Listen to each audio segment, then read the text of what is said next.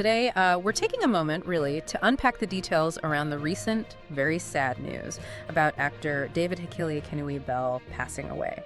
Our goal here is to kind of go beyond just the headlines. We're diving into the source material you've shared, especially that exclusive report from people. We want to understand not just the facts, but, the spirit of a life that clearly left a big mark, even if subtly sometimes. Yeah, and what's really striking, I think, in these sources is how they weave together the official side of things, the reports, with these really personal, heartfelt tributes.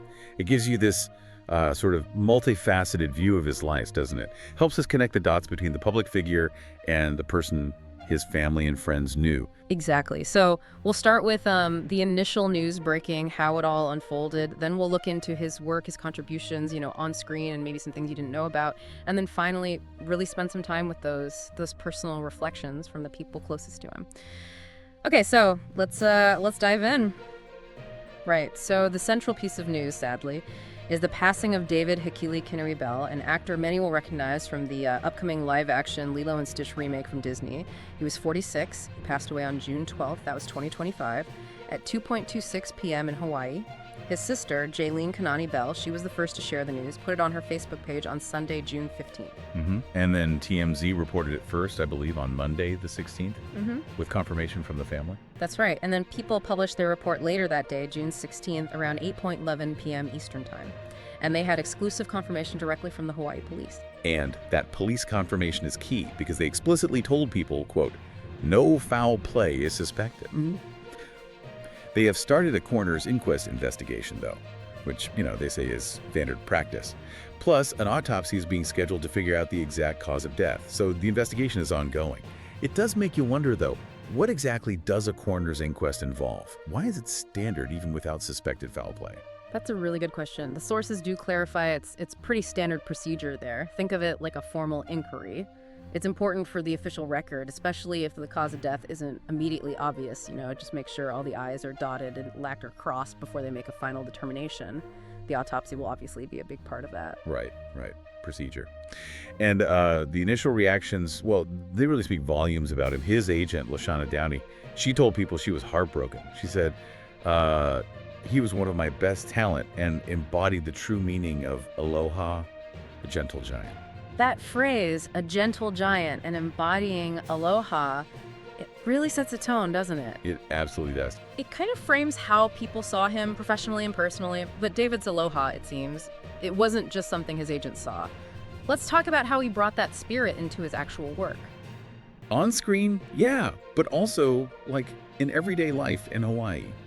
So, okay, the big recent thing was the live-action Lilo and Stitch. That's what many people might know him from most recently. But the source material, it also points out he was in other shows set in Hawaii. Hawaii 5-0 and Magnum PI. Little roles there. Yeah, guest spots. And maybe you even saw him in those Kona Brewing commercials. Oh, right. I think I remember those. But what's really fascinating, maybe even more unique, is this voiceover work his sister mentioned. Jaylene talked about how much he loved doing voiceovers, and specifically his voice was used for the PA system announcements when you arrive at Kona Airport. Wow, really? Yeah, and his goal, she said, was to, quote, create an awesome and safe customer experience. I mean, that just shows his reach, right? Beyond acting roles into the daily fabric of life there, infusing a bit of care into, an airport announcement. That's incredible. What a cool way to connect with the community, like literally the first voice some people hear when they land in Kona. It adds this whole other layer, doesn't it? And speaking of his personality shining through, there was that little social media thing mentioned in the source. Fandango reposted a picture of him on his Facebook. Oh yeah, the shave ice picture. Right. Eating shave ice, and Fandango's caption was something like, whenever I'm having a bad day, I think of this guy. Which is pretty funny. And David's reply, apparently just days before he died, back on May 30th, was just, thanks, Fandango, I think, with a question mark. Huh. Yeah, that gives you a little taste of his humor, doesn't it? Just a light touch. Definitely. A warm little snapshot. Okay, so let's shift focus a bit. Let's talk about the really personal side, the tributes, especially from his sister, Jaylene. I mean, you read her words, and the love just pours out. It makes you think about, those final moments and memories. It's really something how one source, like the People article drawing from her Facebook, can give such, intimate details. It's very touching. Jaylene Kanani Bell's post from June 15th. It really captures it all. the grief, but also so much love. She wrote, "It is with a heavy heart I share that my sweet, generous, talented, funny, brilliant, and handsome little brother, David H.K. Bell, will spend today in the company of our Heavenly Father." Wow. And she called him a joy of a human and prince of a man. Just beautiful phrasing. So powerful. And the depth of their connection. I mean, she shared how they actually met. She said they met when she was 18 on her high school graduation day. She called it the most amazing surprise. Yeah, imagine that. And she mentioned, not growing up with a father figure, but David gave me all the unconditional love I could possibly ask for. That says so much, doesn't it?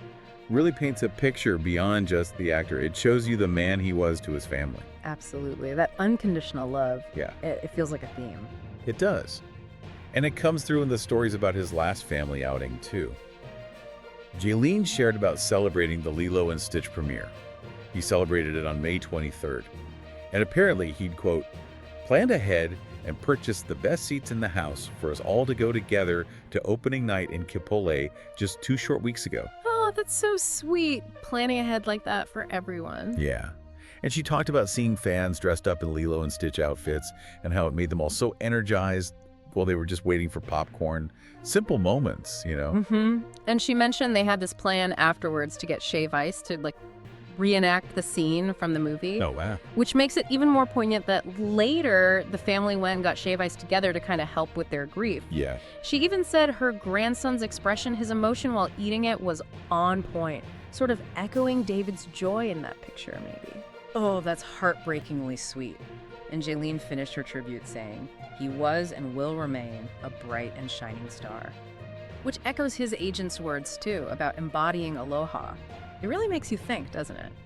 About how these shared memories, especially now with social media where he apparently loved to post, how they build a person's legacy. It's like this collective memory bank. Totally. It becomes this tapestry woven by everyone who knew him. And there was one last memory his sister shared, just so simple and tender. Their very last time together was just sitting on her living room couch. Oh. Yeah, just talking story about life, having a seltzer and doing a little genealogy, just hanging out. Wow. She said she felt blessed by this and all the big and small moments, which is, a powerful reminder. And she ended her whole message with that simple advice: hug your loved ones today. Yeah, hits home. So, okay. We've walked through the sad news of David Hekili Kenui Bell's passing. We touched on his career, from Disney films to those unique airport announcements. And we spent some time with those really beautiful, heartfelt tributes that give us a much fuller picture of the person he was. Yeah, looking at his life through these sources, from the airport PA to that last family movie night, what really stands out to me is how aloha wasn't just a word for him. It seems like it was like a real practice. He didn't just work in Hawaii. He seemed to really live its values, right? Always trying to bring a bit more connection, a bit more joy, whether it was for fans or family or just travelers passing through. So it kind of leaves you with a question, doesn't it? How can we maybe take a page from his book? How can we bring a little more of that spirit, that aloha and connection David Hekili Kenui Bell seemed to embody into our own everyday lives? That's a great thought to end on. Thank you for joining us on this deep dive today. We hope exploring David's story encourages you to notice and appreciate the impact people, artists, and individuals have in your own communities.